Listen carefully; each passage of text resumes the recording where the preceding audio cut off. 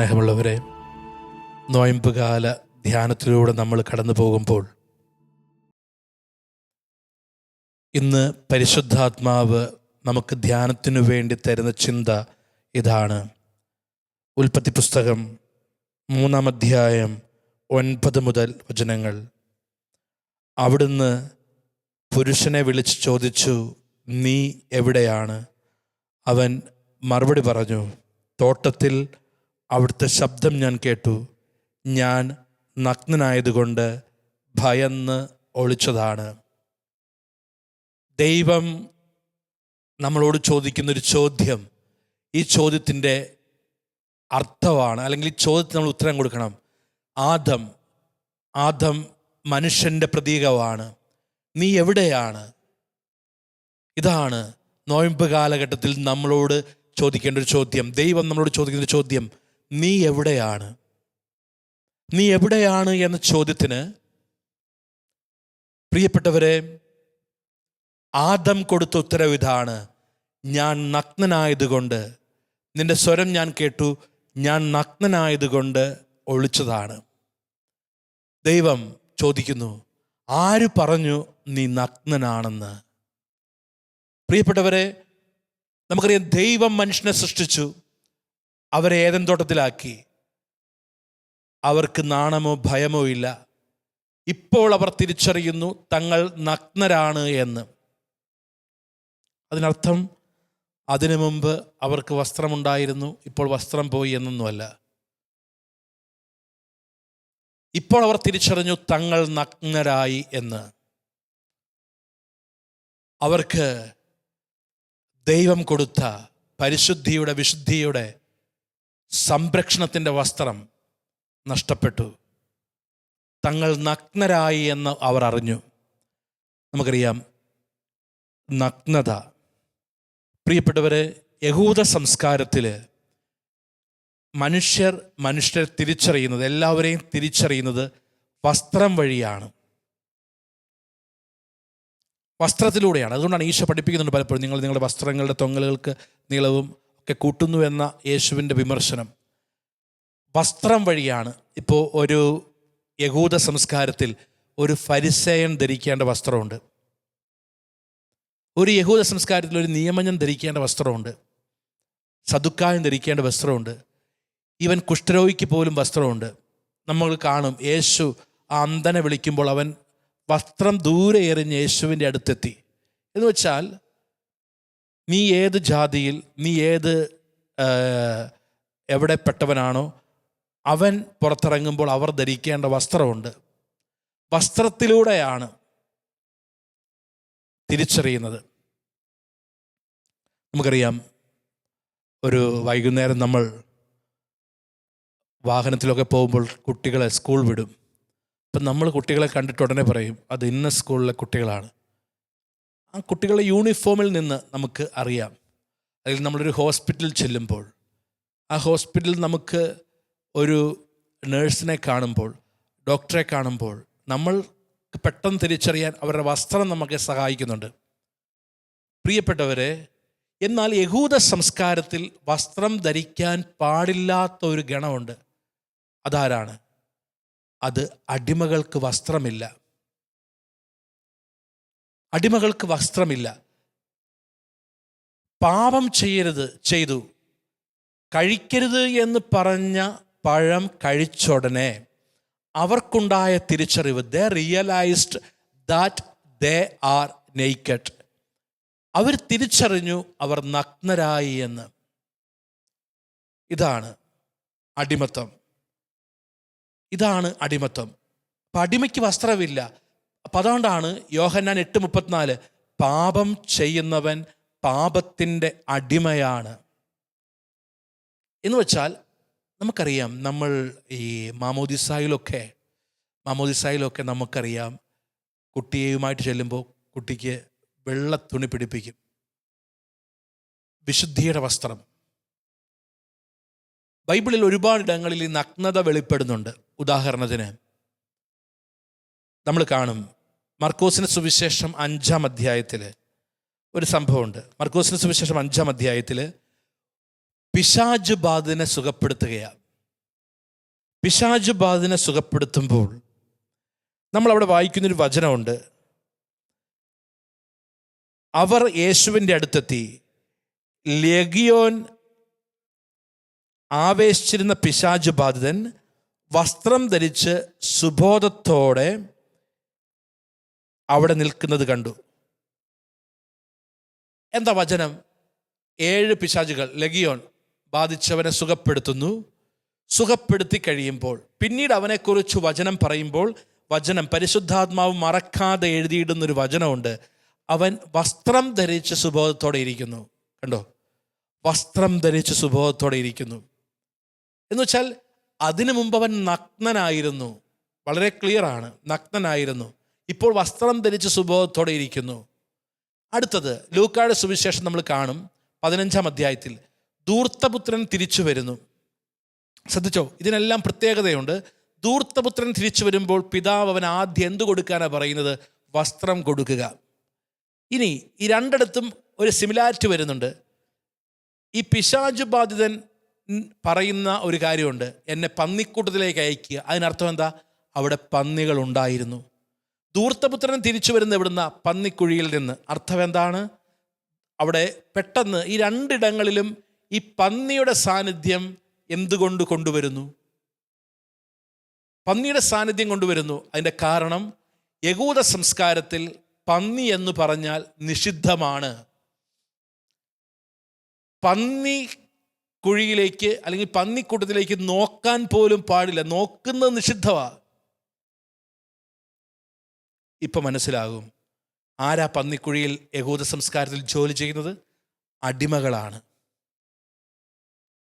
ഈ പന്നിക്കുഴിയിൽ നിന്ന് ധൂർത്തപുത്രൻ വരുന്നു. പിശാചുബാധൻ പറയുന്നു, ആ കാണുന്ന പന്നിക്കൂട്ടത്തിലേക്ക് ഞങ്ങളെ അയക്കുക. ഈ രണ്ടിടങ്ങളിലും ഒരുപോലെ വെളിപ്പെടുന്ന മറ്റൊരു കാര്യം, ധൂർത്തപുത്രൻ്റെ പിതാവ് ആദ്യം വസ്ത്രം കൊടുക്കുന്നു. രണ്ടാമത് ഈ പിശാചുബാധൻ വസ്ത്രം ധരിച്ച് സുബോധത്തോടെ ഇരിക്കുന്നു. പ്രിയപ്പെട്ടവരെ, ഇനി മൂന്നാമതൊരു സ്ഥലം, അത് യോഹന്നാന്റെ സുവിശേഷം 21-ലാണ്. അത് കർത്താവാണെന്ന് പറയുമ്പോൾ അടുത്ത വചനം, താൻ നഗ്നനായിരുന്നത് കൊണ്ട് പത്രോസ് വെള്ളത്തിലേക്ക് എടുത്തു ചാടി. കണ്ടോ? നഗ്നത. ഇവിടെ നമ്മൾ മനസ്സിലാക്കേണ്ട കാര്യം, പ്രിയപ്പെട്ടവരെ, പാപം ചെയ്യുന്നവൻ, യോഹന്നാൻ 8:34, പാപം ചെയ്യുന്നവൻ പാപത്തിൻ്റെ അടിമയാണ്. അപ്പോൾ പാപം ചെയ്തുടനെ, കഴിക്കരുത് എന്ന് പറഞ്ഞ പഴം കഴിച്ചുടനെ ആദ്യ മാതാപിതാക്കളിൽ വന്ന ആദ്യത്തെ ചിന്ത ഇതാണ്, they realized that they are naked. ഇവിടെയാണ് ദൈവം ചോദിക്കുന്നത്, നീ എവിടെയാണ്? നീ എന്തിൻ്റെ അടിമത്തത്തിലാണ് നിൽക്കുന്നത്? നീ നിൽക്കുന്ന അടിമത്തം ഏതാണ്? നമ്മൾ ഇന്നലെ ധ്യാനിച്ചു, അടിമത്തത്തിൻ്റെ കുഴിയിൽ നിന്ന്, ജലരഹിതമായ കുഴിയിൽ നിന്ന് ഞാൻ അവരെ മോചിപ്പിക്കും. നീ നിൽക്കുന്ന അടിമത്തം ഏതാണ്? പ്രിയപ്പെട്ടവരെ, ഇത് പ്രധാനപ്പെട്ട ചിന്തയാണ്. പാപം ചെയ്യുന്നവൻ പാപത്തിൻ്റെ അടിമയാണ്. ഇനി എവിടെയാ ഈ അടിമത്തം മാറുന്ന ഒരു സ്ഥലമുണ്ട്. ഈ അടിമത്തം മാറുന്ന സ്ഥലം ഏതാണ്? പ്രിയപ്പെട്ടവരെ, കുരിശിൻ്റെ വഴിയിൽ 10-ാം സ്ഥലം, യേശുക്രിസ്തുവിൻ്റെ വസ്ത്രങ്ങൾ ഉരിഞ്ഞെടുക്കുന്നു. ഇനി കുരിശിൽ കിടക്കുന്ന യേശുവിലേക്ക് നോക്കുക. നമുക്ക് സുപരിചിതമായ, നമ്മുടെ ചങ്കിൻ്റെ അകത്ത് നിറഞ്ഞു നിൽക്കുന്ന ചിത്രം, കുരിശിൽ കിടക്കുന്ന യേശുവിൻ്റെ വസ്ത്രം എന്താ? അരയിൽ ഒരു ചെറിയ തുണി, അത് ഒരു വള്ളി കൊണ്ട് കെട്ടിയിരിക്കുന്നു. ഈ വസ്ത്രക്കോഡ്, ഈ ഡ്രസ് കോഡ് എവിടെ നിന്ന് കിട്ടുന്നു? ഈ ഡ്രസ് കോഡ് കിട്ടുന്നത് യഹൂദ അടിമകൾ ധരിക്കുന്ന വസ്ത്രമാണ്. കുരിശിൽ കിടക്കുന്നവൻ ശപിക്കപ്പെട്ടവനാകട്ടെ അല്ലെങ്കിൽ അടിമയാകട്ടെ എന്നൊക്കെ പറയുമ്പോൾ അതിൻ്റെ അർത്ഥം യേശു ഏറ്റെടുത്തു. പുത്രൻ നിങ്ങളെ സ്വതന്ത്രരാക്കിയാൽ നിങ്ങൾ സ്വതന്ത്രരാണ്. ഞാൻ എന്തിനാ ഇത് പറഞ്ഞത്? ഇവിടെയാണ് മനുഷ്യൻ്റെ അടിമത്തം മാറുന്നത്. വേറെ ഒരു സ്ഥലമില്ല. അവൻ നമുക്ക് പരിഹാര ബലിയാണ്. 1 യോഹന്നാൻ 2:2, അവൻ നമുക്ക് പരിഹാര ബലിയാണ് എന്ന് വചനം പറയുമ്പോൾ, പ്രിയപ്പെട്ടവരെ, അർത്ഥം എന്താ? ഈശോയുടെ ഒരു പ്രാർത്ഥന, പിതാവേ കഴിയുമെങ്കിൽ ആ മണിക്കൂർ മാറ്റിത്തരണേ. ഈ ലോകത്തിൻ്റെ പാപം മുഴുവനും തന്നിലേക്ക് വരും. അതാണ് ഈ ഉൽപ്പത്തി പുസ്തകത്തിൽ ആദം പറഞ്ഞു, തങ്ങൾ നഗ്നരാണ്. തങ്ങൾ നഗ്നരായതുകൊണ്ട് ഇതാ ആ നഗ്നത യേശു ഏറ്റെടുക്കുകയാണ്. അതാണ് യേശുവിനെ ധരിക്കുക. യേശു നമുക്ക് ഇതാ അവൻ തൻ്റെ ശരീരമാകുന്ന വിരിയിലൂടെ നമുക്കൊരു പുതിയ ആ ശരീരമാകുന്ന വിരിയിൽ വഴിയാകെ നമ്മൾ ധ്യാനിക്കും പിന്നീടുള്ള ദിവസങ്ങളിൽ. അപ്പോൾ ഈ അടിമത്തം മാറുന്നത് യേശുവിലാണ്. യേശുവിലാണ് ഈ അടിമത്തം മാറിപ്പോകുന്നത്. നമ്മൾ എന്തിൻ്റെ അടിമയാണ്? ഇത് നമ്മൾ ധ്യാനിക്കണം. ഇപ്പോൾ കുരിശിൽ 10-ാം സ്ഥലത്ത് അവൻ്റെ വസ്ത്രങ്ങൾ ഒഴിഞ്ഞെടുക്കുന്നു. അവിടെയാണ് പ്രിയപ്പെട്ടവരെ അടിമയുടെ പ്രത്യേകത നമുക്കറിയാം. ഒരു യഹൂദ അടിമയുടെ പ്രത്യേകത എന്താ? ഇസ്രായേൽ ജനം അടിമത്തത്തിലായിരുന്നു. അടിമത്തത്തിൻ്റെ പ്രത്യേകത എന്താ അറിയാവോ? അടിമത്തത്തിൻ്റെ പ്രത്യേകത പ്രിയപ്പെട്ടവരെ, അവർക്ക് അവരുടെ ദൈവത്തെ ആരാധിക്കാൻ പറ്റില്ല, ദൈവാരാധനയില്ല. അടിമത്തത്തിൻ്റെ പ്രത്യേകത അതാണ്, ദൈവാരാധനയില്ല. ദൈവവുമായിട്ട് അവരുടെ ദൈവത്തിന് അവരുടെ ദൈവത്തെ അവർക്ക് ആരാധിക്കാനോ ദൈവത്തെ സ്നേഹിക്കാനോ പറ്റില്ല. ദൈവത്തിൽ നകലുന്നു അടിമത്തം. അടിമത്തത്തിൻ്റെ പ്രത്യേകത എന്നറിയാവോ? അടിമയുടെ പ്രത്യേകത രാവിലെ മുതൽ വൈകുന്നേരം വരെ ജോലി ചെയ്താലും കൂലിയില്ല. അടിമയ്ക്ക് അതാ പ്രത്യേകത. ഉയർച്ചയില്ല, ഒന്നും മിച്ചമില്ല. അടിമയുടെ പ്രത്യേകത എന്നറിയാവോ? അടിമയ്ക്ക് ബന്ധങ്ങളില്ല. അപ്പോൾ നമ്മൾ മനസ്സിലാക്കേണ്ട ഒരു കാര്യം ഇതാണ്. നമ്മൾ മനസ്സിലാക്കേണ്ട കാര്യം, ഇന്ന് നമ്മൾ പലതിൻ്റെയും അടിമത്തത്തിലാണ്. ഈ അടിമത്തത്തിൽ നമ്മൾ കഴിയുമ്പോൾ പ്രിയപ്പെട്ടവരെ, ഒരിക്കലും നമുക്ക് യേശുവിലൂടെയുള്ള രക്ഷ അനുഭവിക്കാൻ പറ്റുന്നില്ല. അതാണ് ഈ തിരുവചനത്തിൽ യേശു ചോദിച്ചത്, നീ എവിടെയാണ്? ആദം എവിടെയാണ്? നമ്മൾ എവിടെയാണ് എന്ന് തിരിച്ചറിയാനുള്ള വഴിയാണ്, തിരിച്ചറിയുന്ന ദിവസമാണ് പ്രിയപ്പെട്ടവരെ ഈ നോയമ്പ് കാലം. അവൻ പറഞ്ഞു, ഞാൻ നഗ്നനാണ്. They realize that they are naked. പ്രിയപ്പെട്ടവരെ, എന്തിൻ്റെ അടിമത്തത്തിലാണ് നമ്മളായിരിക്കുന്നത്? വെറുപ്പിൻ്റെ അടിമത്തത്തിൽ, മദ്യത്തിൻ്റെ അടിമത്തത്തിൽ, ലഹരിയുടെ അടിമത്തത്തിൽ. വചനം പറയുന്നുണ്ട്, അടിമ ഒരിക്കലും ദൈവഭവനത്തിൽ പ്രവേശിക്കുന്നില്ല. എന്തിൻ്റെ അടിമത്തത്തിലാണ് ഞാൻ നിൽക്കുന്നത്? ഈ അടിമത്തത്തിൽ നമുക്ക് നഷ്ടപ്പെടുന്നത് എന്താ? വെറുപ്പിൻ്റെ, ദുശ്ശീലങ്ങളുടെ, തെറ്റായ ബന്ധങ്ങളുടെ അടിമത്തത്തിൽ നമുക്ക് നഷ്ടപ്പെടുന്നത് ദൈവത്തെയാണ്. ദൈവത്തെ നഷ്ടപ്പെടുത്തുന്നു. അടിമത്തം ദൈവത്തെ നഷ്ടപ്പെടുത്തുകയാണ്. അപ്പോൾ നമ്മൾ ഏറ്റവും പ്രധാനമായിട്ട് മനസ്സിലാക്കേണ്ട ഒരു കാര്യം, ഈ നോയമ്പ് കാലഘട്ടത്തിൽ പ്രിയപ്പെട്ടവരെ, ഞാൻ എന്തിൻ്റെ അടിമയാണ്? ഞാൻ എന്നെ അടിമയാക്കുന്ന കാര്യം എന്താണ്? ഇത് നമ്മൾ ധ്യാനിക്കണം. ഇത് നമ്മൾ ധ്യാനിച്ചില്ല എങ്കിൽ നമ്മുടെ ജീവിതത്തിൽ നമുക്കിതിൽ നിന്ന് പുറത്തു വരാൻ പറ്റില്ല. ഞാൻ പലതിൻ്റെയും അടിമയാണ്. അതുകൊണ്ട് ഈ ചോദ്യത്തിനാണ് ഉത്തരം കൊടുക്കേണ്ടത്. നീ എവിടെയാണ്? നീ എന്തിൻ്റെ അടിമത്തത്തിലാണ്? അപ്പോൾ അവൻ പറഞ്ഞു, നഗ്നനാണ്. അപ്പോൾ ആദ്യം ദൈവം നമ്മളോട് ചോദിക്കുന്ന ചോദ്യം, നീ എവിടെയാണ്? നിൻ്റെ വിശുദ്ധിയുടെ മേഖലയിൽ, നിൻ്റെ ദൈവവുമായിട്ടുള്ള ബന്ധത്തിൽ, നിൻ്റെ സഹോദരങ്ങളോടുള്ള ബന്ധത്തിൽ, നിൻ്റെ ജീവിത പങ്കാളിയോടുള്ള ബന്ധത്തിൽ, നിൻ്റെ മക്കളോടുള്ള ബന്ധത്തിൽ, നിൻ്റെ വരുമാന മാർഗത്തിൽ നീ എവിടെയാണ്? ചിലപ്പോൾ ഞാൻ എൻ്റെ വരുമാന മാർഗത്തിൻ്റെ അടിമയാണ്. എല്ലാ സമയവും ജോലി, 1-ാം സ്ഥാനം ജോലിക്ക്, നീ അതിനടിമയാണ്, അതിൻ്റെ കീഴിലാണ്. ചിലപ്പോൾ നീ വെറുപ്പിലാണ്, ആ വെറുപ്പിൻ്റെ അടിമയാണ് നീ പ്രിയപ്പെട്ടവരെ. അല്ലെങ്കിൽ നീ മദ്യം, നീ ഇതിൻ്റെ അടിമയാണ് നീ എന്നത് നീ മനസ്സിലാക്കുക. ഇത് പ്രധാനപ്പെട്ടതാണ്. ഇത് ഏറ്റവും പ്രധാനപ്പെട്ടൊരു കാര്യമാണ്. നമ്മൾ എന്തിൻ്റെ അടിമയാണ്? അടിമത്തത്തിൽ ഒരിക്കലും ദൈവത്തെ അനുഭവിക്കാൻ പറ്റില്ല. നമ്മൾ പല കാര്യങ്ങളും ചെയ്യുന്നുണ്ടാകാം. ഒരു ചെറുപ്പക്കാരൻ, അവൻ ധ്യാനത്തിന് വന്നു. അപ്പോൾ ധ്യാനത്തിന് വന്നു, അവൻ വെള്ളിയാഴ്ചകളിൽ അവിടെ ശുശ്രൂഷയ്ക്ക് വരും. അവൻ്റെ വലിയ സങ്കടം ഇതാണ്, അവൻ നല്ല വിദ്യാഭ്യാസമുള്ളതാണ്, പക്ഷെ പഠിച്ചു കഴിഞ്ഞ ഒരു ജോലി അവന് കിട്ടുന്നില്ല. പ്രാർത്ഥിക്കും,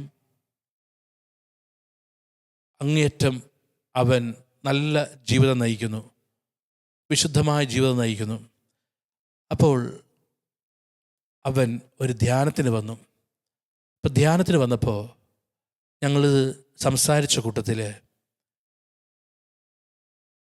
അവനോട് ഞാൻ പറഞ്ഞു, അവൻ അവൻ്റെ കാര്യത്തെക്കുറിച്ച് പറഞ്ഞു. അപ്പം ഞാൻ പറഞ്ഞു, നിനക്ക് നിൻ്റെ ജീവിതത്തിൽ ഏറ്റവും ബുദ്ധിമുട്ടുള്ള കാര്യം എന്താണ്? നീ നിൻ്റെ ജീവിതത്തെക്കുറിച്ച് ചിന്തിക്കുമ്പോൾ നിനക്ക് ഒരു തെറ്റ് എന്ന് തോന്നുന്ന കാര്യം എന്താണ്? അപ്പോൾ ഇവൻ പറഞ്ഞു, അച്ഛാ, ഞാൻ കഴിഞ്ഞ 5-6 വർഷമായിട്ട് എൻ്റെ അപ്പനോട് മിണ്ടുന്നില്ല. കൃത്യമായി പറഞ്ഞാൽ +2 വിജയിച്ചത് മുതൽ ഇതുവരെ, പാസ്സായി അതിനപ്പുറം കോളേജിൽ കയറിയത് മുതൽ ഇതുവരെ ഞാൻ എൻ്റെ അപ്പനോട് മിണ്ടുന്നില്ല. അവൻ്റെ അമ്മ ഒരു ചെറിയ സ്ഥാപനത്തിൽ ജോലി ചെയ്യുന്നു. അത് കഷ്ടപ്പെട്ട അമ്മ മകനെ പഠിപ്പിക്കുന്നു. പക്ഷേ ഈ അപ്പൻ കുടുംബം നോക്കുന്നില്ല, ഉത്തരവാദിത്വമില്ല, മദ്യപിക്കുന്നു. അതൊന്നും ഒരു പ്രശ്നമല്ല. അവൻ്റെ പ്രശ്നം ഈ അപ്പൻ വന്നിട്ട് അമ്മയെ ഉപദ്രവിക്കും, അമ്മയെ ചീത്ത വാക്കുകൾ പറയും. ഇവരുടെ വീട് ഒരു അടുത്തടുത്ത് താമസിക്കുന്ന ഒരു കോളനി പോലെയുള്ള പ്രദേശത്താണ്. ഇവൻ എല്ലാവരുടെയും മുമ്പിൽ, പാതിരാത്രി എല്ലാവരുടെയും മുമ്പിൽ ഇവൻ്റെ അമ്മ അപഹാസ്യയാകുന്നു.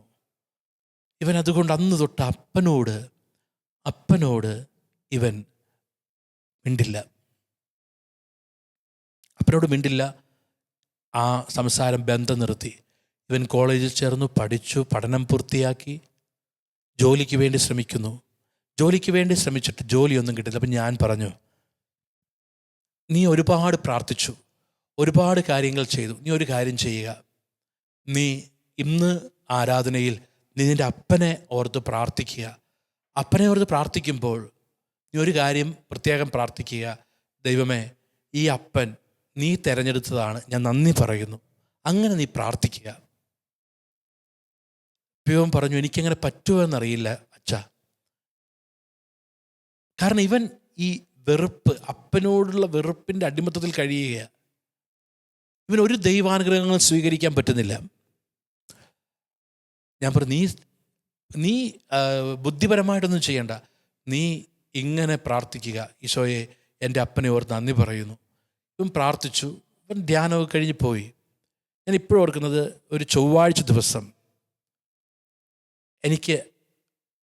എൻ്റെ അടുത്തൊരാൾ വന്നു, എനിക്ക് പരിചയമില്ല. എന്നോട് പറഞ്ഞു, ഇന്ന വ്യക്തിയുടെ അപ്പനാണ്, എനിക്ക് അച്ഛനോട് സംസാരിക്കണം. ഇദ്ദേഹം വന്നിരുന്ന് കരയുകയാണ്. കരയുന്നതിൻ്റെ കാരണം ഇദ്ദേഹം പറഞ്ഞു, എൻ്റെ മകൻ 6 വർഷങ്ങൾക്ക് ശേഷം എന്നോട് സംസാരിച്ചു അച്ഛാ, എന്നോട് സംസാരിച്ചു. ഞാൻ കുറേ നേരം ഈ അപ്പച്ചനോടൊപ്പം പ്രാർത്ഥിച്ചു കഴിഞ്ഞ് ഞാൻ അദ്ദേഹത്തോട് പറഞ്ഞു, ഒരു ധ്യാനം കൂട്. അടുത്ത ധ്യാനത്തിൽ ഇദ്ദേഹം വന്നു. ഇദ്ദേഹം ധ്യാനം കൂടി. ഓർക്കണം, ഇദ്ദേഹം 18 വർഷങ്ങൾക്ക് ശേഷം കുമ്പസാരിച്ച് ഭാര്യയോട് മാപ്പ് ചോദിച്ചു. ഒരു കാര്യം ഓർക്കണം, ഈ മകൻ പ്രാർത്ഥിക്കുന്നുണ്ടായിരുന്നു, ഈ അമ്മ പ്രാർത്ഥിക്കുന്നുണ്ടായിരുന്നു. പക്ഷേ അടിമത്തത്തിലാണ് പ്രാർത്ഥിച്ചത്. ഈ അടിമത്തത്തിൽ പ്രാർത്ഥിച്ചാൽ, വെറുപ്പിൻ്റെ അടിമത്തത്തിൽ പ്രാർത്ഥിച്ചാൽ അവിടെ ദൈവത്തിൻ്റെ കൃപയൊഴുകില്ല, ദൈവത്തിൻ്റെ ഇടപെടൽ വരില്ല. ഓർക്കണം, ഇവൻ ഈ അപ്പനെ ഓർത്ത് നന്ദി പറയാൻ തുടങ്ങിയപ്പോൾ, അപ്പന് വേണ്ടി പ്രാർത്ഥിക്കാൻ തുടങ്ങിയപ്പോൾ, ക്ഷമിക്കാൻ തീരുമാനിച്ചപ്പോൾ അവിടെ അവനിൽ വലിയ കൃപ കടന്നു വന്നു. ഞാൻ എന്തിനാ പറയുന്നത്, പല അടിമത്തത്തിൽ നിൽക്കുന്നവരുണ്ട്. എങ്ങനെ പുറത്ത് കിടക്കണമെന്ന ചിന്ത. ചിലപ്പോൾ കോപമായിരിക്കാം, കൂടുതൽ കോപിക്കുന്നു, ഭയങ്കര കോപത്തിൻ്റെ അടിമത്തത്തിലാണ്, എന്തിനും ഏതിനും കോപിക്കുന്നു. എത്ര തീരുമാനമെടുത്താലും ചില പാപങ്ങൾ ഉപേക്ഷിക്കാൻ പറ്റുന്നില്ല, ചില പാപം ഉപേക്ഷിക്കാൻ പറ്റുന്നില്ല. ഒരു ചേട്ടൻ എൻ്റെ അടുത്ത് വന്നു, ധ്യാനത്തിന് വന്നതാണ്. അപ്പോൾ ധ്യാനത്തിന് വരുമ്പോൾ ഇങ്ങനെ പറയും, നിങ്ങൾ ഈ ധ്യാനം കൂടാൻ ചില തടസ്സങ്ങളുണ്ട്. ഒന്ന്, മദ്യം, സിഗരറ്റ്, ബീഡി, ഇങ്ങനെയുള്ള കാര്യങ്ങൾ ഉപേക്ഷിക്കുക. അപ്പോൾ ഡിവൈനിൽ അതിന് പ്രത്യേക ശുശ്രൂഷയുണ്ട് ഞായറാഴ്ച. ഇപ്പം ഞാനിത് പറഞ്ഞു കഴിഞ്ഞ് ഒരു ചേട്ടൻ, അദ്ദേഹം വന്നു. അദ്ദേഹം ഒരു ദിവസം അദ്ദേഹം 15 സിഗരറ്റ് വലിക്കും, 15-16 സിഗരറ്റ് വലിക്കും, 2 പാക്കറ്റ് സിഗരറ്റ്. അങ്ങനെ ഇദ്ദേഹം ഇതൊക്കെ മേടിച്ചുകൊണ്ട് വന്നിരിക്കുക. പക്ഷേ ഞാനിങ്ങനെ പറഞ്ഞു കഴിഞ്ഞപ്പോൾ ഇദ്ദേഹത്തിൻ്റെ ഒരു വലിയ പ്രശ്നവുമായി ബന്ധപ്പെട്ടാണ്, ഇദ്ദേഹത്തിൻ്റെ മകളുടെ ജീവിതത്തിലെ ഒരു വലിയ പ്രശ്നവുമായി ബന്ധപ്പെട്ടാണ് ഇദ്ദേഹം വന്നിരിക്കുന്നത്. ഞാൻ പറഞ്ഞു കഴിഞ്ഞപ്പോൾ ഇദ്ദേഹം ഇത് ഭാര്യയുടെ കയ്യിൽ കൊടുത്തു. ഇദ്ദേഹം ഒരു ദിവസം 2 പാക്കറ്റ്, 10 പാക്കറ്റുമായിട്ട് ധ്യാനകേന്ദ്രത്തിൽ വന്നു. 9 പാക്കറ്റ് ഭാര്യയ്ക്ക് കൊടുത്തു, 1 പാക്കറ്റ് വെച്ചു. എന്നിട്ട് ഞായറാഴ്ച ആരാധന കഴിഞ്ഞപ്പോൾ എൻ്റെ അടുത്ത് വന്നിട്ട് പറഞ്ഞു, അച്ഛാ എനിക്കൊരു കാര്യം ചെയ്യണം,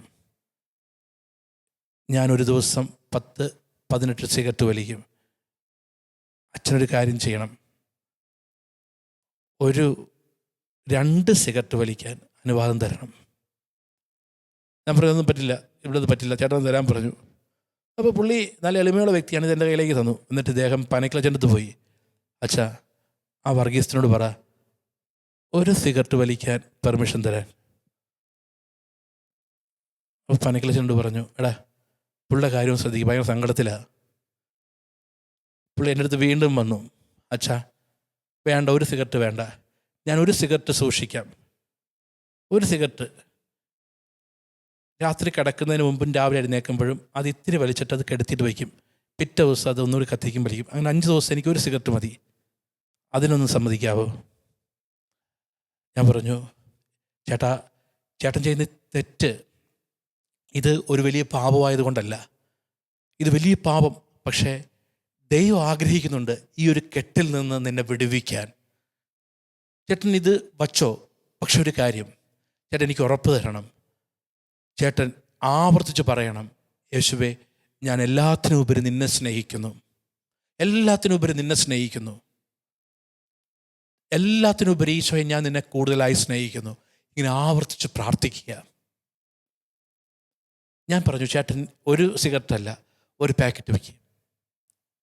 ഈ മനുഷ്യൻ ഞായറാഴ്ച ധ്യാനം തുടങ്ങി. ഇദ്ദേഹം വലിച്ചോ ഇല്ലയെന്ന് ഞാൻ അന്വേഷിക്കാൻ പോയില്ല. ചൊവ്വാഴ്ച എൻ്റെ അടുത്ത് വന്നിട്ട് പറഞ്ഞു, അച്ഛാ ഞാൻ പരീക്ഷിക്കുകയായിരുന്നു, സിഗരറ്റ് പാക്കറ്റ് ഒരെണ്ണം പോലും ഞാൻ വലിച്ചിട്ടില്ല, 2 ദിവസമായി ഞാനൊന്ന് കുമ്പസാരിക്കുക. ഇദ്ദേഹം വരുന്നത് ഒരു 1.5 വർഷത്തിന് ശേഷം ഞാൻ ഇദ്ദേഹത്തെ കാണുമ്പോൾ ഇദ്ദേഹം പറയാം, ഇന്ന് വരെ അച്ഛൻ അറിയാവോ 6 മാസം ആ സിഗരറ്റ് വലി ഞാൻ വിട്ടുപോയപ്പോൾ എൻ്റെ മകളുടെ ഹസ്ബൻഡ് ഞങ്ങളുടെ സ്ഥലം തന്നെ ഞങ്ങളുടെ ഇത് വെച്ച് ലോൺ വെച്ചൊക്കെ ഞങ്ങൾ പൈസ എടുത്ത് കൊടുത്തതാണ്. അവൻ വിദേശത്ത് പോയതാണ്. എന്നാൽ വിദേശത്ത് ചെന്ന് കഴിഞ്ഞ് മകളെ വിളിക്കാതെയായി. അങ്ങനെ പലരും പല കാര്യങ്ങളും പറഞ്ഞു.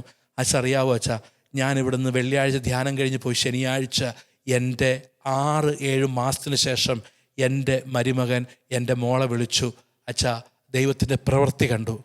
നമ്മൾ ഓർക്കുക, നമ്മളോട് യേശു ചോദിക്കുന്നു, നീ എവിടെയാണ്? നീ എന്തിൻ്റെ അടിമത്തത്തിലാണ്? ഈ അടിമത്തത്തെ ഉപേക്ഷിക്കുമ്പോഴാണ് ദൈവത്തിൻ്റെ പ്രവൃത്തി നമ്മുടെ ജീവിതത്തിൽ നമുക്ക് കാണാൻ പറ്റുന്നത്. അതിനാൽ പ്രിയപ്പെട്ടവരെ, നമ്മൾ പരിശുദ്ധാത്മാവിൻ്റെ ഇടപെടലിന് വേണ്ടി പ്രാർത്ഥിക്കുക. പരിശുദ്ധാത്മാവിൻ്റെ ഇടപെടലിന് വേണ്ടി പ്രാർത്ഥിക്കുക. ഇതാ ഇന്ന് നമ്മൾ ധ്യാനിക്കുന്ന, ഇന്ന് നമ്മൾ പ്രാർത്ഥിക്കുന്ന, നമ്മൾ കാണുന്നു, ആദവും ഹവ്വായും ഓടി ഒളിച്ചു. നമ്മൾ ഇന്ന് പ്രാർത്ഥിക്കുന്ന വചനം ദാവീദ് പ്രാർത്ഥിച്ച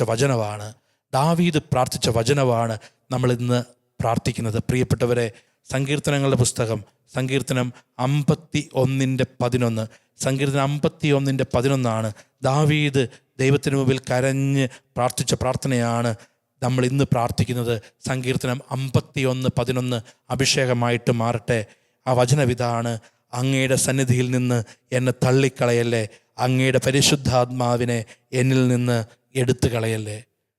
ഈ വചനം ആവർത്തിച്ച് പ്രാർത്ഥിക്കുക. ദൈവമേ, അങ്ങയുടെ മുമ്പിൽ നിന്ന് ആദം ഹവ്വ ഓടിപ്പോയതുപോലെ ഞാൻ ഓടിപ്പോകാൻ ഇടവരല്ലേ, അങ്ങയുടെ മുന്നിൽ നിന്ന് എന്നെ മാറ്റല്ലേ, അങ്ങയുടെ പരിശുദ്ധാത്മാവിനിൽ നിന്ന് എടുത്തു കളയല്ലേ.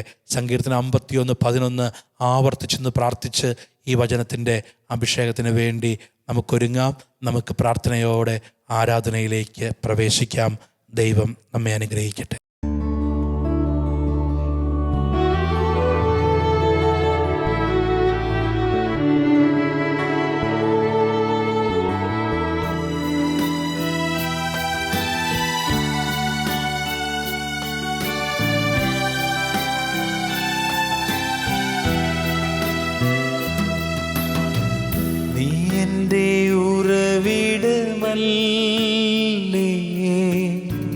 നീ എൻ്റെ മറവിടമല്ലേ, നീ എൻ്റെ ഉറവിടമല്ലേ, നീ എൻ്റെ മറവിടമല്ലേ. ആദ്യനും അന്ത്യനും നീ, അത്ഭുതമന്ത്രിയും നീ. ആദ്യനും അന്ത്യനും നീ, അത്ഭുതമന്ത്രിയും നീ. നീ എൻ്റെ ഉറവിടമല്ലേ, നീ എൻ്റെ മറവിടമല്ലേ. നീ എൻ്റെ ഉറവിടമല്ലേ, നീ എൻ്റെ മറവിടമല്ലേ.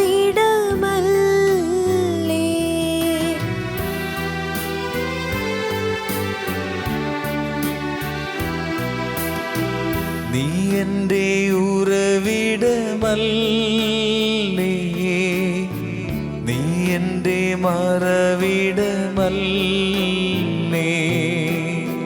നീ എൻ്റെ ഉറവിടമല്ലേ, നീ എൻ്റെ മറവിടമല്ലേ. ആദ്യനും അന്ത്യനും നീ, അത്ഭുതമന്ത്രിയും നീ. ആദ്യനും അന്ത്യനും നീ, അത്ഭുതമന്ത്രിയും നീ. ആരാധന ആരാധന ആരാധന ഈശോയേ. ആരാധന ആരാധന ആരാധന ഈശോയേ. ആരാധന ആരാധന ആരാധന ഈശോയേ. ആരാധന ആരാധന ആരാധന ഈശോയേ.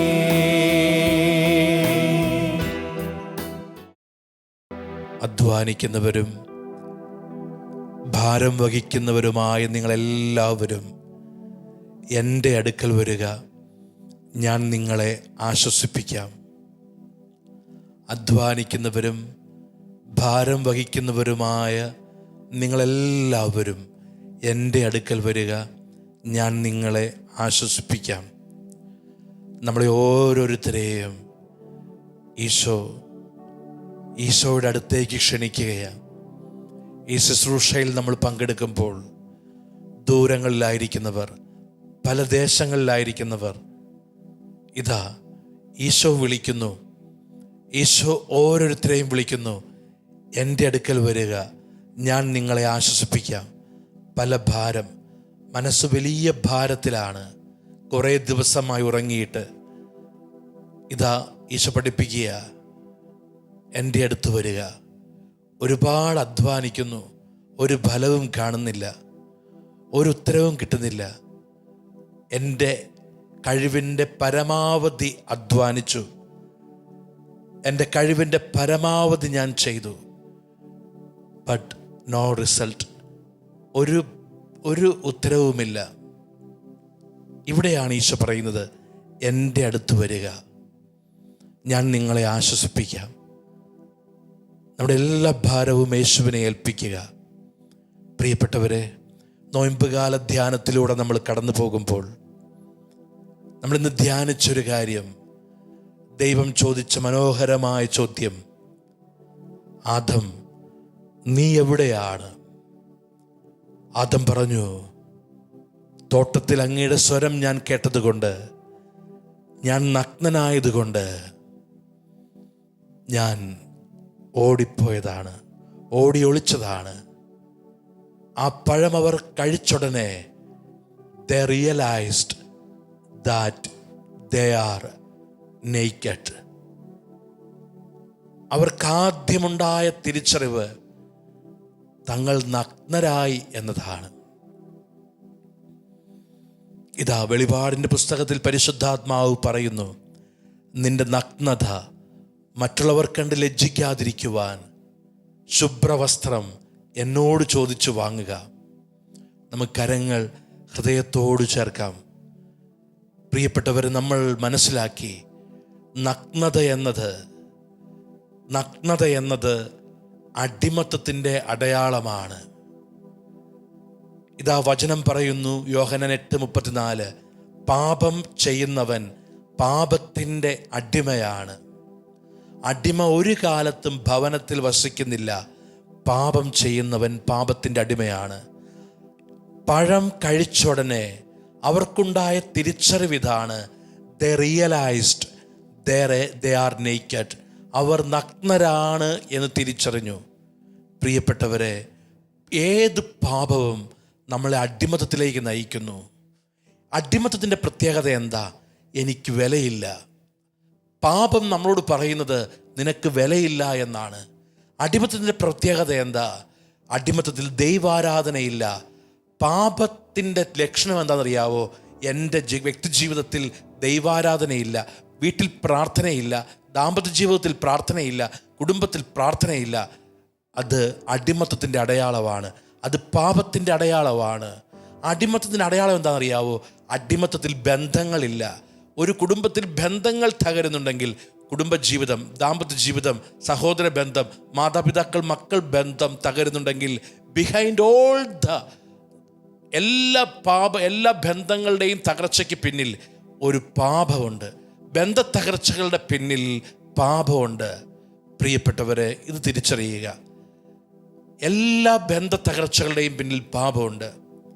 പാപം ബന്ധങ്ങളെ തകർക്കും. അടിമത്തത്തിൽ ബന്ധങ്ങളില്ല. ഒരു അടിമയ്ക്ക് പറയാൻ പറ്റില്ല, ഇതെൻ്റെ ഭർത്താവാണ്, ഇതെൻ്റെ ഭാര്യയാണ്, ഇതെൻ്റെ മക്കളാണ് എന്ന് പറയാൻ പറ്റില്ല. എന്ന് വെച്ചാൽ അടിമത്തം, പാപം ബന്ധങ്ങളെ തകർക്കുന്നു. അപ്പോൾ അവർ തിരിച്ചറിഞ്ഞു തങ്ങൾ നഗ്നരാണ് എന്ന്. നമുക്കറിയാം, ഒരടിമയ്ക്ക് രാവിലെ മുതൽ രാത്രി വരെ ജോലി ചെയ്താൽ കൂലിയില്ല. ഒരുപാട് കുടുംബങ്ങളുടെ പ്രശ്നമാണല്ലോ ഇന്ന്. എത്ര അധ്വാനിച്ചിട്ട് വരും, ഒന്നും മിച്ചമില്ല. അൺഎക്സ്പെക്റ്റഡ് ആയിട്ടൊരു രോഗം വന്നാൽ ആരുടെയെങ്കിലും അടുത്ത് കൈ നീട്ടണം. ഒരു കാര്യം, വീട്ടിൽ അത്യാവശ്യ കാര്യം ചെയ്യണമെങ്കിൽ, മക്കളുടെ ഒരു പഠനം ശരിയാക്കണമെങ്കിൽ വർഷങ്ങളായിട്ട് ജോലി ചെയ്യുന്നുണ്ട്. എന്നാൽ മകളുടെ ഒരു പഠനം വരുമ്പോൾ ലോൺ എടുക്കേണ്ടി വരുന്നു, മറ്റൊരാളുടെ മുമ്പിൽ എത്തേണ്ടി വരുന്നു. അധ്വാനിക്കാത്തതിൻ്റെ പ്രശ്നമല്ല, അധ്വാനിച്ചിട്ടൊന്നും മിച്ചമില്ല. ഇത് റിയാലിറ്റിയാണ്. ഈ റിയാലിറ്റിയിൽ എന്താണ് ദൈവത്തിന് പറയാനുള്ളത്? ഈ റിയാലിറ്റി, ഇത് നമ്മളുടെ കുടുംബങ്ങളിൽ, എന്നെ ശ്രവിക്കുന്ന അനേകം കുടുംബങ്ങളിൽ ഇത് റിയാലിറ്റിയാണ്. ഈ റിയാലിറ്റിയിൽ ദൈവത്തിന് എന്ത് പറയാനുണ്ട്? നമ്മൾ ബാഹ്യമായിട്ട് കാര്യങ്ങൾ ശരിയാക്കിയിട്ട് കാര്യമില്ല, മറിച്ച് എൻ്റെ റിയാലിറ്റിയിൽ, ഇത് എൻ്റെ കുടുംബത്തിൻ്റെ റിയാലിറ്റിയാണ്. ബന്ധം തകർന്നു നിൽക്കുന്ന ചില കുടുംബങ്ങൾ, സാമ്പത്തികമായിട്ട് ഒരുപാട് അധ്വാനിച്ചിട്ട് ഒന്നും മിച്ചമില്ലാത്ത കുടുംബങ്ങൾ. പ്രിയപ്പെട്ടവരെ, എൻ്റെ ജീവിതത്തിൽ എനിക്കൊരു സമാധാനം എൻ്റെ ഉള്ളിലില്ല, എനിക്ക് വിലയില്ല, അല്ലെങ്കിൽ എനിക്ക് ദൈവവുമായിട്ട് എൻ്റെ കുടുംബത്തിൽ പ്രാർത്ഥനയില്ല, വിശുദ്ധ കുർബാനയില്ല, വചനവായനയില്ല, ദൈവത്തിൽ നിന്ന് അകലുന്നു. ഇതാ അവർ തിരിച്ചറിഞ്ഞു അവർ നഗ്നരായി എന്ന് നമ്മൾ കണ്ടു. പ്രിയപ്പെട്ടവരെ, ആ പിശാച് ബാധിതനെ സുഖപ്പെടുത്തുന്നു. പിശാച് ബാധിതനെ സുഖപ്പെടുത്തിയിട്ട് പിന്നീട് നമ്മൾ കാണുന്നത് അവൻ സുബോധത്തോടെ വസ്ത്രം ധരിച്ചിരിക്കുന്നു. അതിനർത്ഥം, പ്രിയപ്പെട്ടവരെ, പാപം നമ്മളുടെ വസ്ത്രത്തെ ഇല്ലാതാക്കുന്നു. വസ്ത്രം എന്താണ്? വസ്ത്രം വിശുദ്ധിയുടെ, ദൈവകൃപയുടെ, ദൈവ സംരക്ഷണത്തിൻ്റെ അടയാളമാണ്. വീണ്ടും നമ്മൾ കാണുന്നു, ഇതാ ധൂർത്തപുത്രൻ തിരിച്ചു വരുമ്പോൾ പിതാവ് പറയുന്നവൻ വസ്ത്രം കൊടുക്കാനാ, ആദ്യം വസ്ത്രം കൊടുക്കാനാണ് പറയുന്നത്. അതിനർത്ഥം അവൻ പന്നിക്കുഴിയിൽ ജോലി ചെയ്യുകയായിരുന്നു, അവൻ അടിമയായിരുന്നു. ഇപ്പോൾ അവൻ വസ്ത്രം കൊടുക്കുക. നമ്മൾ കാണുന്നു, അത് കർത്താവാണെന്ന് അറിഞ്ഞുടനെ പത്രോസ് താൻ നഗ്നനായിരുന്നത് കൊണ്ട് വെള്ളത്തിലേക്ക് എടുത്തു ചാടി. കണ്ടോ, നഗ്നത വെളിപ്പെടുന്നു. ഇവിടെയാണ് നമ്മൾ കുരിശിൻ്റെ വഴിയിൽ യേശുവിൻ്റെ വസ്ത്രങ്ങൾ ഉരിഞ്ഞെടുക്കപ്പെടുന്നു. അവൻ നമുക്കുള്ള പരിഹാര ബലിയാണ്. 1 യോഹന്നാൻ 2:2 നമ്മൾ ധ്യാനിച്ചു. നമുക്കൊരു നിമിഷം നമ്മളെ സമർപ്പിച്ച് പ്രാർത്ഥിക്കാം. ഈ അടിമത്തം മാറിപ്പോകുന്നത് യേശുവിലാണ്. പാപത്തിൻ്റെ കെട്ട്, പാപത്തിൻ്റെ ബന്ധനം മാറുന്നത് യേശുവിലാണ്. പ്രിയപ്പെട്ടവരെ, പുത്രൻ നിങ്ങളെ സ്വതന്ത്രരാക്കിയാൽ നിങ്ങൾ സ്വതന്ത്രരാണ്. ഇതാ ഇസ്രായേൽ ജനത്തോട് ദൈവം പറഞ്ഞില്ലേ, ഞാൻ നിങ്ങളെ മോചിപ്പിച്ച് കൊണ്ടുവരും, ഞാൻ നിങ്ങളെ മോചിപ്പിച്ച് കൊണ്ടുവരും. ഇതാ വചനം, പുറപ്പാടിൻ്റെ പുസ്തകം 3-ാം അധ്യായം മോശയോട് ദൈവം പറഞ്ഞില്ലേ, എൻ്റെ ജനത്തിൻ്റെ നിലവിളി എൻ്റെ കാതുകളിലെത്തി, എൻ്റെ ജനത്തിൻ്റെ നിലവിളി എൻ്റെ കാതുകളിലെത്തി. പ്രിയപ്പെട്ടവരെ, നമ്മൾ അടിമത്തത്തിൽ സുരക്ഷിതരല്ല.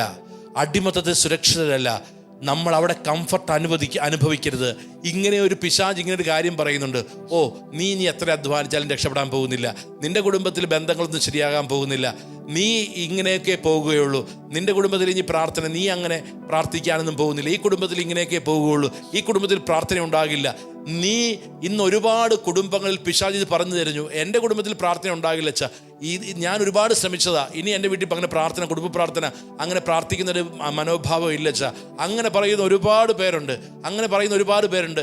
ഇത് എത്ര ഇനി അങ്ങനെ ജീവിച്ചു പോകണം അച്ഛാ, ഇനി അദ്ദേഹം നന്നാകുകയില്ല, അങ്ങനെ ജീവിച്ചു പോകണം.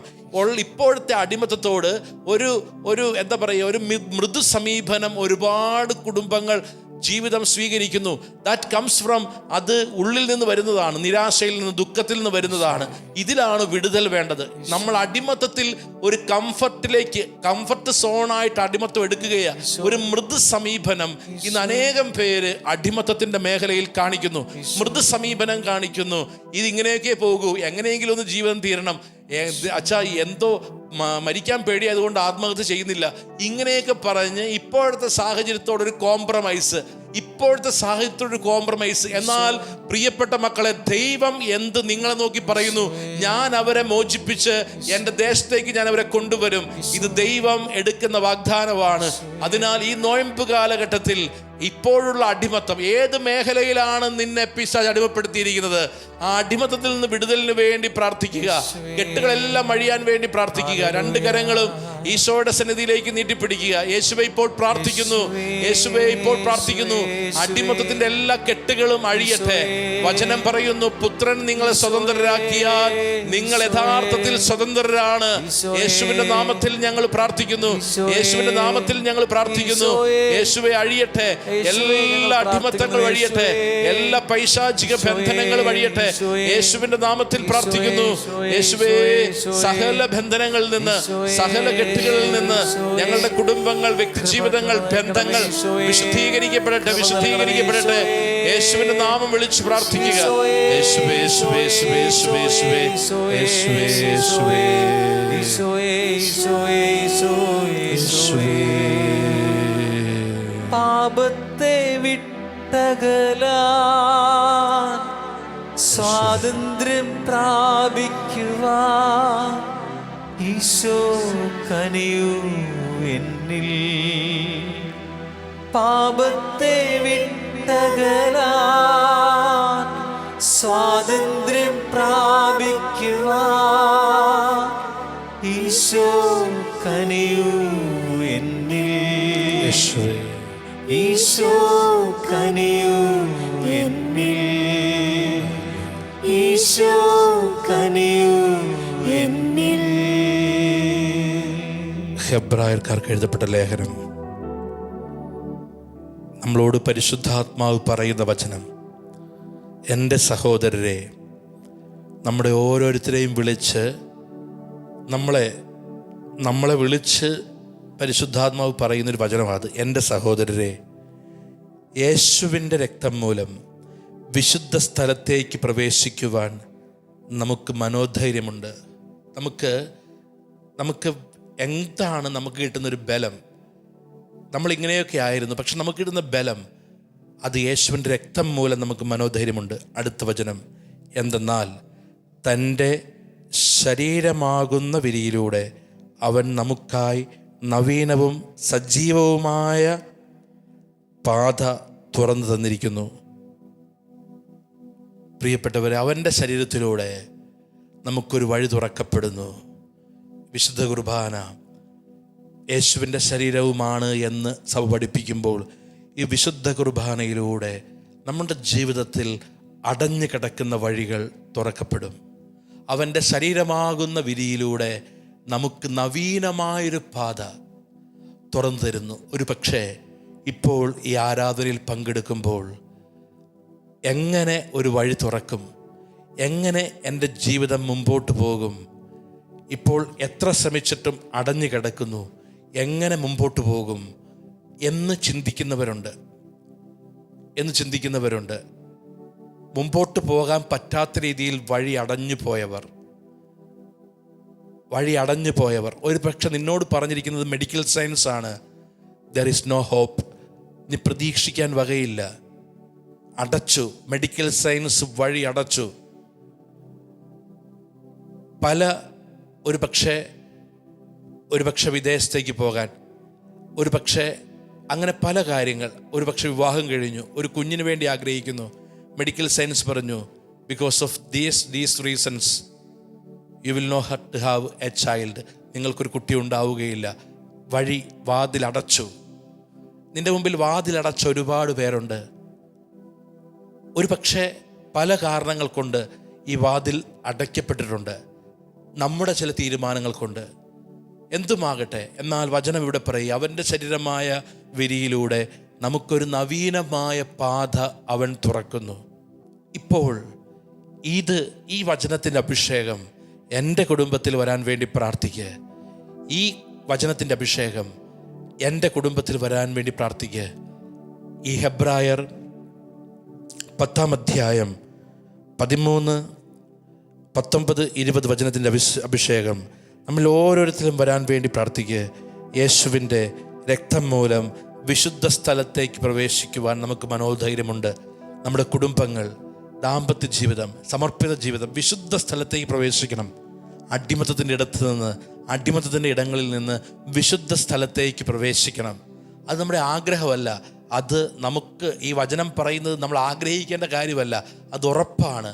അവൻ്റെ രക്തം മൂലം വിശുദ്ധ സ്ഥലത്തേക്ക് പ്രവേശിക്കാൻ നമുക്ക് മനോധൈര്യമുണ്ട്. എന്തു ചെയ്യണം? ഇപ്പോൾ ഈ ആരാധനയിൽ പങ്കെടുത്തുകൊണ്ടിരിക്കുന്ന വ്യക്തി ഇങ്ങനെ പ്രാർത്ഥിക്കുക. യേശുവിൻ്റെ രക്തത്തിൻ്റെ യോഗ്യതയിൽ പ്രാർത്ഥിക്കുന്നു. യേശുവിൻ്റെ രക്തത്തിൻ്റെ യോഗ്യതയിൽ എൻ്റെ കുടുംബത്തെ ചേർത്ത് വയ്ക്കുന്നു. യേശുവിൻ്റെ തിരുരക്തത്തിൻ്റെ യോഗ്യതയിൽ ഞങ്ങൾ പ്രാർത്ഥിക്കുന്നു. മനസ്സിൽ കാണ് ആ രക്തം മൂലം വിശുദ്ധ സ്ഥലത്തേക്ക് പ്രവേശിക്കാൻ നമുക്ക് മനോധൈര്യമുണ്ട്. അതൊരു വഴിയാണ്, അതൊരു മാർഗമാണ്, അതൊരു സൊല്യൂഷനാണ്. ഈ സൊല്യൂഷൻ ഞാൻ സ്വീകരിച്ച് ഏറ്റുപറഞ്ഞ് പ്രാർത്ഥിക്കുക. പ്രിയപ്പെട്ടവരെ, വലതുകരം വിശുദ്ധ കുർബാനയിലേക്ക് നീട്ടിപ്പിടിക്കുക. വലതുകരം വിശുദ്ധ കുർബാനയിലേക്ക് നീട്ടിപ്പിടിക്കുമ്പോൾ ആദ്യത്തെ മേഖലയിൽ പ്രാർത്ഥിക്കേണ്ട കാര്യം ഇതാണ്. പ്രാർത്ഥിക്കേണ്ട ഒരു കാര്യം ഇതാണ്. പ്രിയപ്പെട്ടവരെ, നമ്മുടെ കുടുംബം, നമ്മുടെ വ്യക്തികൾ വിശുദ്ധമായ ഇടങ്ങളിലേക്ക് പ്രവേശിക്കാൻ പ്രാർത്ഥിക്കുക. തടസ്സങ്ങൾ, രണ്ടാമത് ഇപ്പോൾ എൻ്റെ മുമ്പിൽ അടഞ്ഞു പോയ വാതിലുകൾ തുറക്കുന്ന നിമിഷമാണ്. മനസ്സിൽ കാണുക, യേശു കടന്നു പോകുന്നു. ഞാൻ നിങ്ങളുടെ മുമ്പേ നടക്കും. ഇത് വാഗ്ദാനമാണ്. ഇസ്രായേൽ ജനത്തോട് പറയുന്നുണ്ട്, നിങ്ങൾ വാഗ്ദാന പേടകം എടുത്ത് മുമ്പേ പോകണം. അപ്പോൾ അടഞ്ഞ കോട്ടകൾ, കെട്ടിയ മതിലുകൾ തുറക്കപ്പെടും. ഇത് വാഗ്ദാനമാണ് പ്രിയപ്പെട്ടവരെ. എന്ന് വെച്ചാൽ ഇതാ യേശുവിലൂടെ ആ വാതിൽ തുറക്കപ്പെടുന്നതായി മനസ്സിൽ കണ്ടു പ്രാർത്ഥിക്കുക. ഏത് ദേശത്ത് നിൽക്കുന്ന വ്യക്തിയാണെങ്കിലും, ഏത് ദേശത്തും ഏത് സ്ഥലത്ത് നിൽക്കുന്ന വ്യക്തിയാണെങ്കിലും, ഇപ്പോൾ ഇവിടെ ഈ വിശുദ്ധ കുർബാനയിൽ നിങ്ങളെ ചേർത്ത് വെച്ച് പ്രാർത്ഥിക്കുന്നു. ഈ വിശുദ്ധ കുർബാനയുടെ അഭിഷേകം നിങ്ങളായിരിക്കുന്ന ഇടങ്ങളിലേക്ക് ഇറങ്ങുന്നു. ഇപ്പോൾ മനസ്സിലെ ഭാരം, മനസ്സിലെ കെട്ടുകൾ, മനസ്സിലെ ദുഃഖങ്ങൾ യേശുവിൻ്റെ നാമത്തിൽ അഴിയുന്ന നിമിഷമാണ്. യേശുവിൻ്റെ രക്തം വീഴാൻ പ്രാർത്ഥിക്കുക. യേശുവിൻ്റെ രക്തത്താൽ കഴുകപ്പെടാൻ വേണ്ടി പ്രാർത്ഥിക്കുക. കർത്താവേ, രോഗികളെ സമർപ്പിച്ച് പ്രാർത്ഥിക്കുന്നു. കടബാധയിൽ കഴിയുന്നവരെ സമർപ്പിച്ച് പ്രാർത്ഥിക്കുന്നു. ഭയത്തിൽ കഴിയുന്നവരെ സമർപ്പിക്കുന്നു. ആത്മഹത്യ ചിന്തയിൽ കഴിയുന്നവരെ സമർപ്പിക്കുന്നു. നിരാശയിൽ കഴിയുന്നവരെ സമർപ്പിച്ച് പ്രാർത്ഥിക്കുന്നു. വിദ്വേഷത്തിൽ കഴിയുന്നവരെ സമർപ്പിച്ച് പ്രാർത്ഥിക്കുന്നു. യേശുവേ, ജോലിയില്ലാത്ത മക്കളെ സമർപ്പിച്ച് പ്രാർത്ഥിക്കുന്നു. വിദേശത്തേക്ക് പോകുവാൻ വർഷങ്ങളായിട്ട് ആഗ്രഹിക്കുന്ന മക്കളെ സമർപ്പിച്ച് പ്രാർത്ഥിക്കുന്നു. ഒരു ഭവനമില്ലാതെ വിഷമിക്കുന്നവരെ സമർപ്പിച്ച് പ്രാർത്ഥിക്കുന്നു. ഇപ്പോൾ യേശുവേ ഇടപെടണമേ എന്ന് ഞങ്ങൾ പ്രാർത്ഥിക്കുന്നു. പ്രത്യേകമായിട്ട് നീണ്ട നാളുകളായി നീണ്ട നാളുകളായി ജീവിതത്തിലൊരു വഴി തുറക്കാൻ, ജീവിതത്തിലൊരു വാതിൽ തുറക്കാൻ ആഗ്രഹിക്കുന്നവർക്ക് വേണ്ടി പ്രാർത്ഥിക്കുന്നു. യേശുവിന്റെ നാമത്തിൽ ഞങ്ങൾ പ്രാർത്ഥിക്കുന്നു. കരങ്ങൾ ഉയർത്തി ഒന്ന് സ്തുതിച്ച് പ്രാർത്ഥിക്കട്ടെ. യേശുവേ ആരാധന, ഹല്ലേലൂയ ഹല്ലേലൂയ. യേശുവേ ആരാധന, ഹല്ലേലൂയ ഹല്ലേലൂയ. യേശുവേ ആരാധന, ഹല്ലേലൂയ ഹല്ലേലൂയ. യേശുവേ ആരാധന, ഹല്ലേലൂയ ഹല്ലേലൂയ. യേശുവേ ആരാധന, ഹല്ലേലൂയ ഹല്ലേലൂയ ഹല്ലേലൂയ. യേശുവേ ആരാധന, ഹല്ലേലൂയ ഹല്ലേലൂയ ഹല്ലേലൂയ ഹല്ലേലൂയ. യേശുവേ ആരാധന, hallelujah hallelujah hallelujah hallelujah hallelujah hallelujah hallelujah hallelujah. യേശുവിൻ്റെ രക്തത്താൽ എന്നെ കഴുകണമേ, യേശുവിൻ്റെ രക്തത്താൽ എന്നെ കഴുകണമേ, യേശുവിൻ്റെ രക്തത്താൽ എന്നെ കഴുകണമേ, യേശുവിൻ്റെ രക്തത്താൽ എന്നെ കഴുകണമേ, യേശുവിൻ്റെ രക്തത്താൽ എന്നെ കഴുകണമേ, യേശുവിൻ്റെ രക്തത്താൽ എന്നെ കഴുകണമേ. കരങ്ങൾ ഹൃദയത്തോട് നമുക്ക് ചേർക്കാം. പ്രിയപ്പെട്ടവരെ, പാപം ചെയ്ത ദാവീദ് പ്രാർത്ഥിച്ച വചനം, ഈ വചനം ആവർത്തിച്ച് പ്രാർത്ഥിക്കുക. ഒരു മനുഷ്യൻ്റെ ജീവിതത്തിൽ പ്രാർത്ഥിക്കാൻ ഇത്രയും നല്ലൊരു വചനമില്ല. എല്ലാ ദിവസവും പ്രാർത്ഥിക്കേണ്ട ഒരു വചനമാണ്. എല്ലാ ദിവസവും പ്രാർത്ഥിക്കേണ്ട ഒരു വചനം. എല്ലാ ദിവസവും പ്രാർത്ഥിക്കേണ്ട ഒരു വചനം. നമ്മൾ ഒരു ദിവസം എഴുന്നേറ്റ് കിടക്കാൻ പോകുമ്പോൾ ഒരുപാട് പാപം, ഒരുപാട് കുറവുകൾ നമ്മൾ വന്നിട്ടുണ്ട്. അപ്പോഴെല്ലാം നമ്മൾ കിടക്കുന്നതിന് മുമ്പ് പ്രാർത്ഥിക്കേണ്ട ഒരു വചനം. ആ വചനം ഇങ്ങനെയാണ്. നമ്മൾ ആ വചനം പ്രാർത്ഥിക്കുക ആവർത്തിച്ച്. അങ്ങയുടെ സന്നിധിയിൽ നിന്ന് എന്നെ തള്ളിക്കളയരുതേ, അങ്ങയുടെ പരിശുദ്ധാത്മാവിനെ എന്നിൽ നിന്ന് എടുത്തു കളയരുതേ. പ്രാർത്ഥിക്കുക വചനം ആവർത്തിച്ച്. ഇന്ന് നമ്മൾ പ്രത്യേകം സമർപ്പിച്ച് പ്രാർത്ഥിക്കുന്ന നിയോഗങ്ങൾ, കുടുംബത്തിലെ ഓരോ വ്യക്തി ഇപ്പോൾ എന്താണോ തടസ്സം, ആ തടസ്സത്തെ യേശുവിൻ്റെ തിരുരക്തം കൊണ്ട് കഴുകണമേ, പരിശുദ്ധാത്മാവിനെ നിറയ്ക്കണമേ എന്ന് പ്രാർത്ഥിക്കുക. ഇപ്പോൾ ജോലിയിൽ തടസ്സം, വിവാഹ തടസ്സം, മക്കളില്ല, രോഗം, അതുപോലുള്ള അനേകം പേർക്ക് വേണ്ടി ഇങ്ങനെ പ്രാർത്ഥിക്കുക. യേശുവിൻ്റെ തിരുരക്തം കൊണ്ട് കഴുകണമേ, പരിശുദ്ധാത്മാവിനാൽ നിറയ്ക്കണമേ. പ്രാർത്ഥിക്കുക. നമുക്ക് ഈശോയുടെ ആശീർവാദം സ്വീകരിക്കാം. പ്രത്യേകം എല്ലാ രോഗികളെയും സമർപ്പിച്ച് പ്രാർത്ഥിക്കുന്നു. പ്രത്യേകിച്ച് ഇങ്ങനെ മനസ്സിൽ പ്രാർത്ഥിക്കുക, ഞാൻ ഏത് പ്രശ്നത്തിൽ നിൽക്കുന്നു, അതുപോലുള്ള പ്രശ്നത്തിൽ നിൽക്കുന്ന ആയിരങ്ങളെ യേശുവിൻ്റെ തിരുരക്തം കൊണ്ട് കഴുകണമേ, പരിശുദ്ധാത്മാവിനെ നിറയ്ക്കണമേ. കാരണം അവൻ്റെ തിരുരക്തം വഴി വിശുദ്ധ സ്ഥലത്തേക്ക് പ്രവേശിക്കാൻ നമുക്ക് യോഗ്യതയുണ്ട്. അതിനാൽ ഞാൻ എന്നെപ്പോലുള്ള പ്രശ്നം അനുഭവിക്കുന്ന അനേകം പേർക്ക് വേണ്ടി പ്രാർത്ഥിക്കുക. കരങ്ങൾ ഉയർത്തി നമുക്ക് സ്തുതിച്ച് പ്രാർത്ഥിക്കാം. Hallelujah hallelujah hallelujah.